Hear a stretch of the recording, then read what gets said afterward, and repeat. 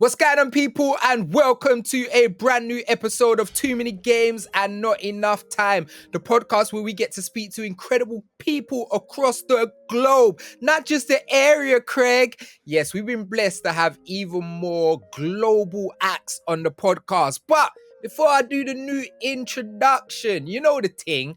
If you're new to the channel, you need to show us some love. You need to let us go even more global. We need to be going to Japan, you get me? So I need you to give this video a thumbs up. I need you to give it a subscribe. And I need you to tell a friend to tell a friend to tell their auntie, you see me?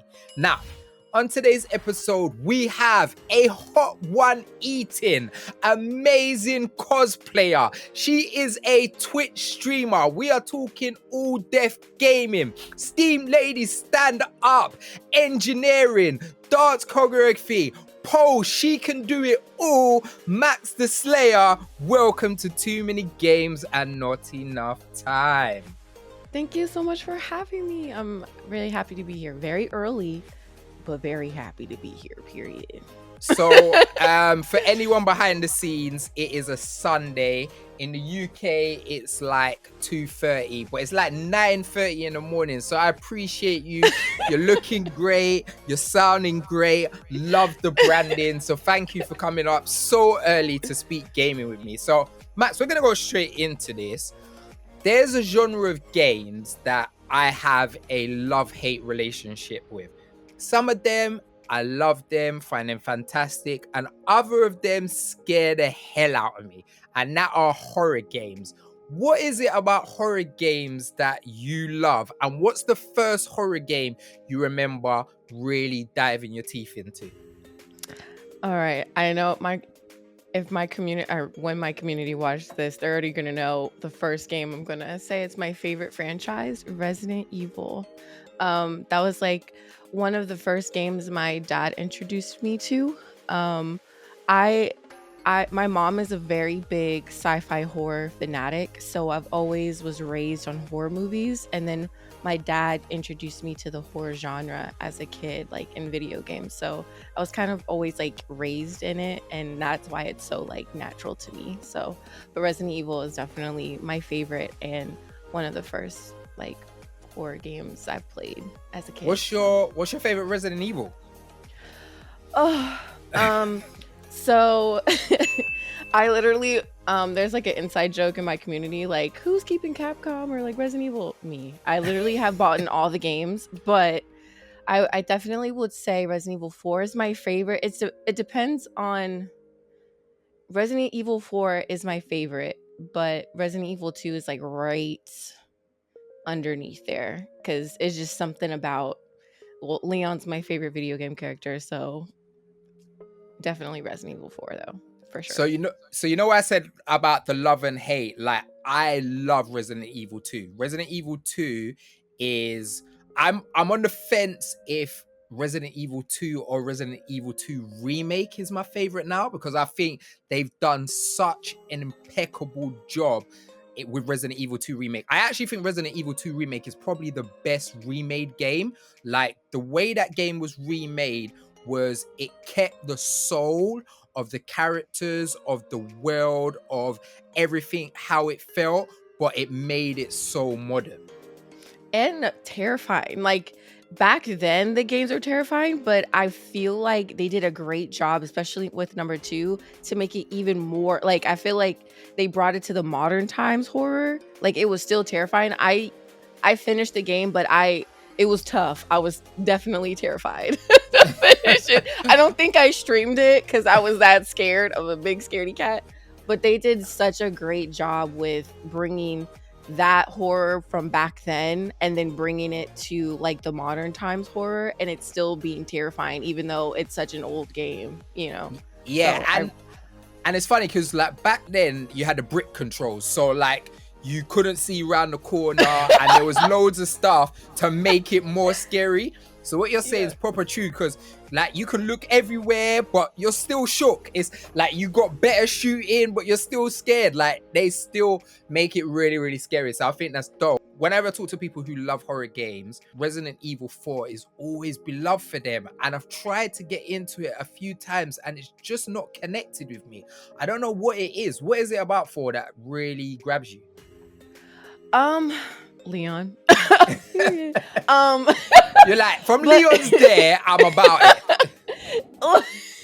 Yeah, I think it's like the storyline. It was like we were so used to like zombies. I think Resident Evil 4 brought like a different aspect. You're like, whoa, what is this? Like you weren't expecting like the zombies to talk back and like do normal stuff. So I thought it brought like a different horror to Resident Evil. So yeah, and it's just like I feel like they know it's such a great game. That's why they remade it so many times and so many different consoles, and I bought every single one.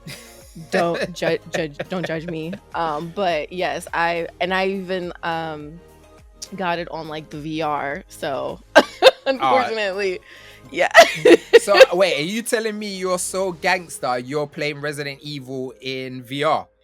Yes, I'm not gonna lie. I did get a little bit sick because you're like in the game, and it was a lot to accustom yourself to. Yeah. But once you get like accustomed to the VR, it's like smooth sailing. But yes, and terrifying. Yeah. But yeah. So I can do third person horror all day long. Like my favorite horror franchise outside of Resident Evil is The Evil Within. Like I love The Evil Ooh. Within. I think The Evil Within is so good. And the thing that I like about Evil Within, it's such like a mental horror. So they've got all of the things to scare you, but mentally it messes you up. But I've never been able to do first person horror. And I worked in the gaming industry for over 8 years now, and funny enough, I only recently started streaming by doing some sponsor streams, and community was like, no, you need to play it. So I was like, all right, you know what, I've always liked the look of Village, it interests me, and started playing Village. Max, listen, you see when this baby, this evil demonic baby come to Nyama Clark. Listen, if I was not streaming, I would have smashed up the whole place. I'm not gonna lie, I actually played The Village in VR as well, and when I saw the grandmother crawl, or spoiler, but when she crawled on the wall, I was like, and I am done. I couldn't finish the VR. I was like, I'm gonna play this regularly now, because VR in horror, it's like a different level like of immersion. Like, yeah, listen, it was bad enough playing Horizon and climbing up and looking down in VR, but to have some duppy that's climbing on the ceiling who's about to nyam my face, nah. Oh, go ahead. I'm so sorry. No, go on. Carry on. No, I was just like, because in Village, they definitely took a different aspects with the horror, but they like grab your face and like turn you around like to surprise you. So like doing that in VR it was just like, I couldn't. No, I am not about it. You're gangster enough for both of us. You're about that life. I can't do it. And also the Village, the Evil Within, I always call like that's like Resident Evil's cousin, or like if Silent Hill and Resident Evil had a child, like, yeah, pretty much. Yeah, it's funny because back in the days, like you had people that were Silent Hill fans, so you had people that were Resident Evil fans, and I never really got into Silent Hill. I was just like, why is there so much fog? Fam, there's fog everywhere. Like, how, like, let me at least see something to get scared of. All you're showing me is fog, fam. Like, what's going on?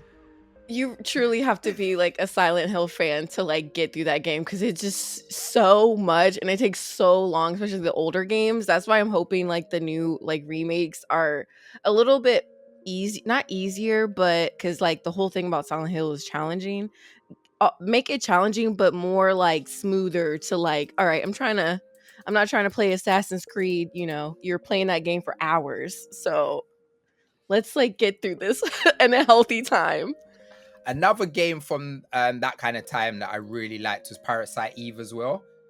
Oh, yeah, I think I played it, but it's been so long. Yeah, Parasite Eve is pretty cool. All right, Max, I see behind you, you got the collection. I see you got some sick old school retro consoles. And one of my favorite consoles, and I believe to this day is the most underrated console, is the Dreamcast. I think the Dreamcast is an incredible console and it was super underrated. What is one of your favorite retro consoles and a game that you remember from that console that proper stands out for you? Easy. Even though Sega Gen was my first console that my dad passed down to me, PlayStation 2 is definitely my fave. And I know a lot of people can vouch for me and say that Kingdom Hearts, especially, I think Kingdom Hearts 2 is my favorite, but Kingdom Hearts for sure was a game that stood out for me on that console. So there's a big joke on this channel about me not knowing what the hell is going on about Kingdom Hearts. I said Kingdom Clutch, Kingdom Hearts. Like I'm a Final Fantasy 7 is my favorite game. Like I've got a Buster Sword behind me, everything. Favorite game ever.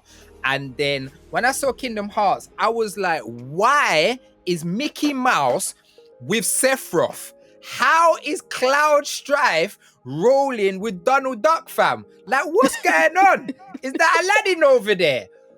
Aladdin, how is Aladdin and Sephiroth in the same world? And I've never got it. But what's funny is, like I said, Final Fantasy's 7 is one of my favorite games ever. But I'm really into Disney as well. Like, a lot of people don't know, I actually proper bang Disney cartoons. So I was thinking the other day, I was like, do you know what? I think I need to give Kingdom Hearts a try. So Max, you love Kingdom Hearts. Sell me on it. Why do I need to go and find out why Sephiroth and Donald Duck are rolling together?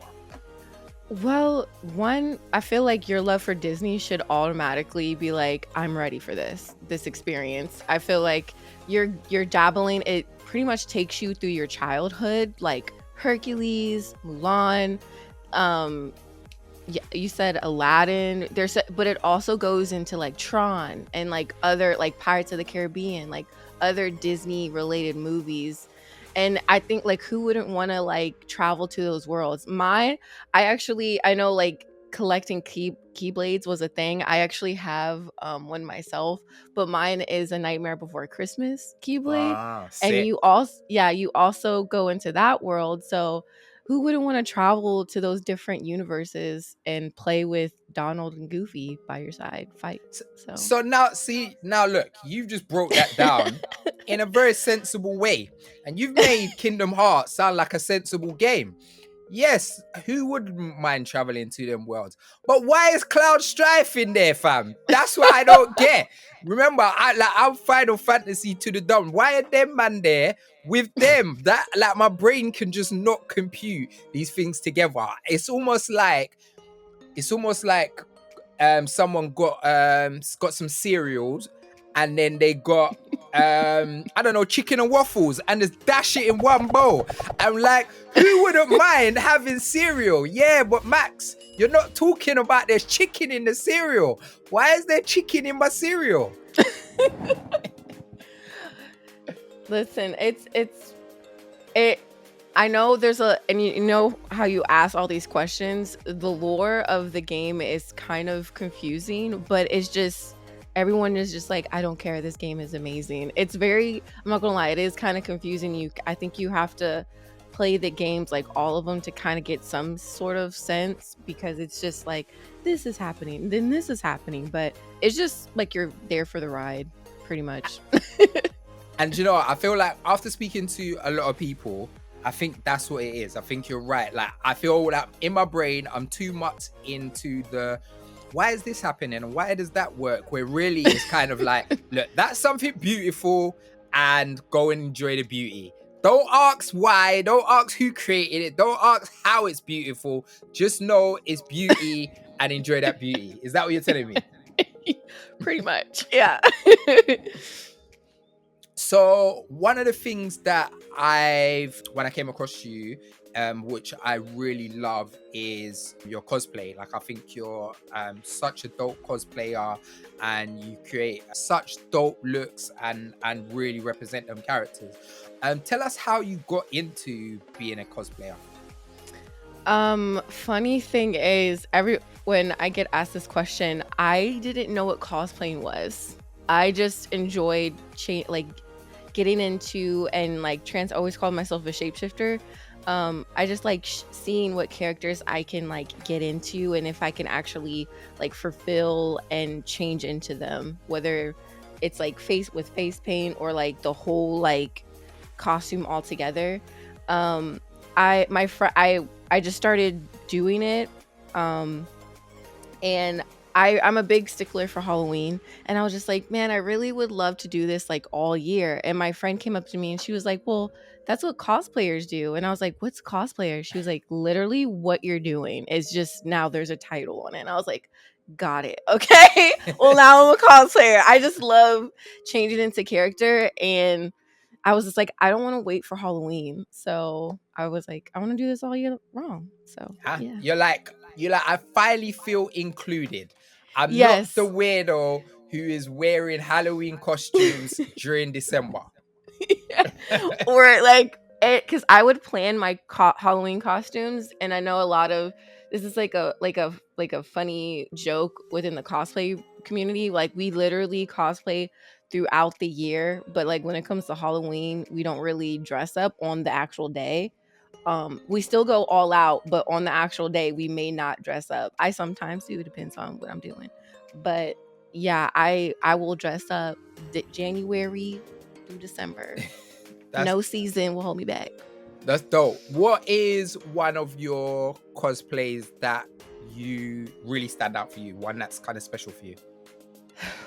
Uh they're all very near dear to my heart, but I'm not gonna lie. My pyramid head, actually have it next to me. Right. This beauty. Gangster. It's almost as big as me. So But yeah, gangster. I really love my Miss Pyramid Head. Yeah, I saw that. Proper gangster. Well, kudos to you. I've kind of dipped my toe into cosplaying recently. So I did Joker from Batman The Dark Knight. And I'm big into like anime. So I did I did the other Joker, Ren from Persona 3. Yeah, literally both of the cosplays I've done are Jokers. Funny enough, I didn't even think about that. And I really, really rate cosplayers and the effort and being able to escape into another character. And that's kind of what I love about gaming. Like I've always been a narrative gamer. Like I love to get lost in a new world and get lost into a new journey. And I feel like of the past about 5 to 10 years, we've had some real pinnacle gaming journeys. So Max, tell me about a gaming journey that's kind of taken you by surprise of the last 5 to 10 years, like a game that's really sucked in your soul and you've just been like, wow, this has been immaculate for me to be lost in this world. And you can't say Resident Evil because we've done that already.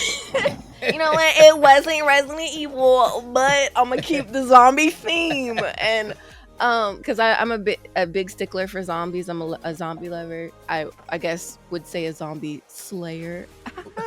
um, uh, so it was between The Last of Us and the Walking Dead Telltale series. I feel like both had really big pinnacle stories, and like you wouldn't have expected them, and I think it definitely changed the way gaming was when those games came out in specific. So definitely those two.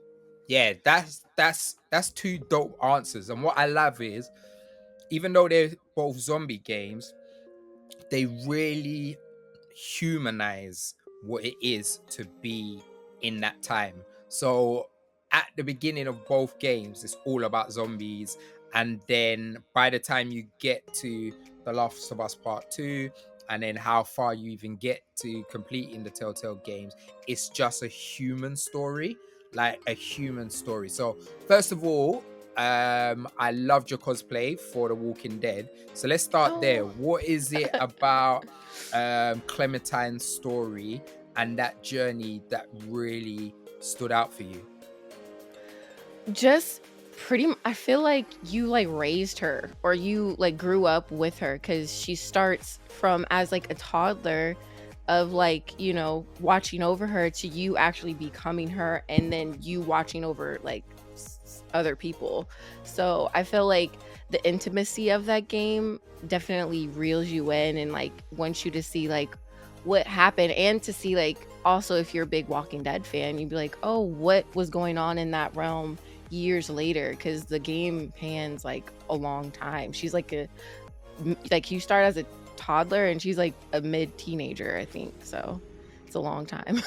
Yeah, no, it's super dope, and like I said, the character writing is immaculate, and the Telltale games are not about super gameplay or you doing like cartwheels and shooting in the air like your Lara Croft, but the way they wrote those characters, they meant so much to you. So even though Hmm. it was just like quick actions, those quick actions meant everything because you wanted those characters to survive. You didn't want them to be lost within that. And I feel like The Last of Us really changed what like the PlayStation library is, like what it means to be a kind of first party game. And I never, like, no spoilers, but I remember first time playing The Last of Us, and the beginning scene, what happens, it's a big scene and blah blah blah. And I remember going back to play the remaster on the PS4, and I knew that scene was coming up. And because I knew that scene was coming up, it made me do more in the house because I just didn't want to have to experience that. And I was doing bare things in the yard. I was looking at things in the kitchen. I was like, no, raw. I was in the bathroom. I was like, raw, I didn't even know there was so many other stuff to look at, Max. But really given me a personal experience and feeling like that person and being able to feel lost. And I've played games since I was a kid and I've never felt lost like that. Yeah, Last of Us definitely, it felt like a movie you were going through with someone, like you were in a movie with them. And then Telltale, um it was that game was just so spectacular, and it didn't matter if you wanted to be the good person or try to do like the good things. The game like made you like, hey, like both of these decisions are bad, so pick your poison in a sense. So Yeah, you couldn't always choose like make the right decision, because even though you thought that was the right decision, it could have messed you up later in the game. So that yeah. was pretty cool too. Yeah, I loved that. Max, we are running out of time. We are only a short form podcast. I could talk to you all day. Once again, like I said, really appreciate you coming on. I really love everything you're doing, and it's really dope to see like the stuff that you did with All Deaf Gaming, and you really showing representation when it comes to cosplayers and being able to be yourself and kind of have such a dope community around gaming. If people are feeling the vibe, they like the Maximilian thing that's going on, they want to slay, they want to be scared, they want to be part of the gang, where can they join you and how can they become part of your squad? Well, it's Maxx The Slayer with 2 X's, Maxx The Slayer on all platforms except for X / Twitter. It's like an underscore after that. But yeah, you can follow me there. Twitch, YouTube. I need to give more love to my YouTube. But Twitch, YouTube, TikTok, Instagram, Twitch, or Twitter. Yeah, on all those. And have you got your own merch line? Because that hoodie's sick. I'm in development, yes. So I've been secretly just like, it's coming. This is my logo, so yeah. Yeah, the hoodie's sick. I love it. I love it. And I love all of you staying to the end of the episode. It's so wonderful to get to speak to incredible people like Max. But I need to know in the comments below, are you a shook one like me? Are you shook of these horror games? Are you a scaredy cat, or do you do it in ease? And what is your favorite horror game? Let me know in the comments and we'll continue this conversation. But make sure you like the video, make sure you subscribe, make sure you share, tell a friend to tell a friend. I've been Mr. Midas, she's been Maxx The Slayer, you've been wonderful, and we out of here. Peace.